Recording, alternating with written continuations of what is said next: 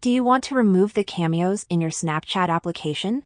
So if you want to change your Cameo and want to remove the current one, or you're simply bored of the feature, then follow my steps in order to delete or remove your Snapchat Cameo. The first step that you'll do is to open the Snapchat application on your device and make sure you are logged into your Snapchat account.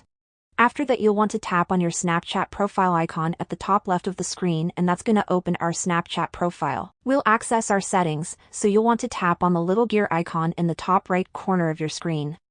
When we open the settings, you will see a Cameos option which should be right above the password. When you tap on this option, you'll access your Snapchat Cameo, and in order to remove it, click on this Clear My Cameos Selfie option. We'll see this pop-up message show up where it says that this will delete your current Cameo's selfie, selected body type and related photo data. If you're sure you want to delete it, just tap on the Clear option and your Snapchat Cameo will be removed. You can now create a new Cameo if you want to, or just exit the app. But that's essentially it, everyone.